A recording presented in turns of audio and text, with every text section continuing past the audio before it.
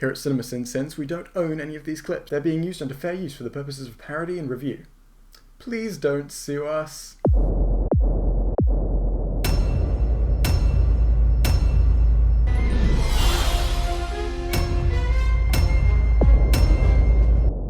How dare you touch this movie, you bastard.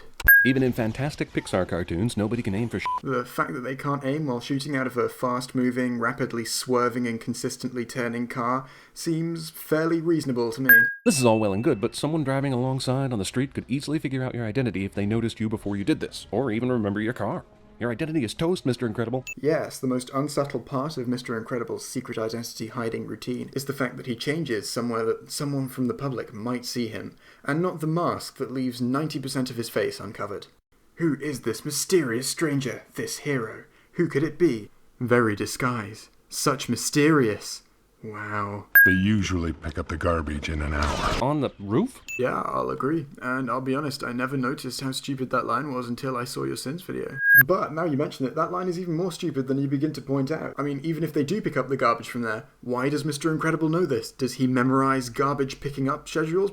And let's say for some reason he does do that. Do they still pick up the garbage in the event that someone's firing a machine gun out of a helicopter mere meters from the building? Now I gotta pay to fix the table. The table? You broke a plate, dude, not a table. You can clearly see here that the knife Mr. Incredible was using to cut the steak is now deeply embedded into the table, so yeah, I think it needs fixing. In a world where superpowers are real, physical injuries as a result of superpowers are not real. They're not? Well then I guess the plaster casts that this guy gets covered in later are just there for aesthetic purposes. By the way, you're getting banged 3 ways to Sunday lately, and you think he's cheating on you? Jeremy seems fairly sure about himself in saying this, but I do not remember a scene where this is depicted. This is an assumption, is I guess what I'm saying.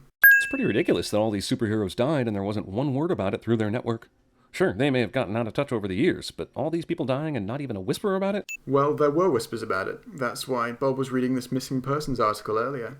Gazer Beam was missing, he'd found out and wanted to find out more about it. Also, Syndrome has made a very nice video presentation for any nosy numpty who finds out his password, so that they can easily digest all of the details of his evil doings. It would certainly suck if these missiles hit the jet, but considering what Edna said about their supersuits being indestructible, would it really be all that bad?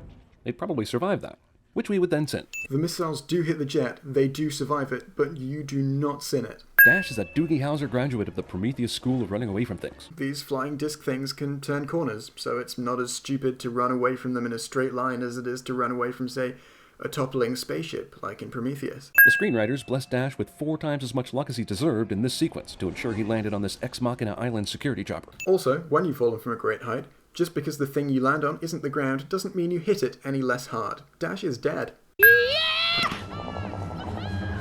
Premature jubilation. Premature jubilation. Man, Brad Bird loves the bullets whizzing into the water effect, doesn't he? I mean, we know these bullets would lose most of their power once they hit the water, but as shown, damn, that girl should be dead. Well, no, she shouldn't be dead, because she should be using the force field power that she has to stop the bullets that are being shot at her. Why is she not doing this? And when everyone's super, no one will be. Why are they still alive again? Well, because Syndrome's main motivation for this is pretty much just petty revenge, and when someone's dead, you can't be taking out revenge against them. The best you can do in that situation is take out revenge against their family, but hey, he's got them too. Syndrome tried to create a perfect superhero-killing robot, but accidentally invented AI, which, surprisingly, the movie slides right on by without a second thought. No, it does not. There is a scene specifically dedicated to Mirage explaining to Mr. Incredible that this robot can learn and think up new strategies to defeat its enemy, which is what an AI is. Plus, Syndrome has a remote that he can use to control the robot, detach its limbs, and etc. Him thinking that he can defeat it without him telling it to go easy on him is a fairly reasonable assumption for him to have made, especially for someone so cocky. The only thing hard enough to penetrate it is itself. There is no sex joke following this line.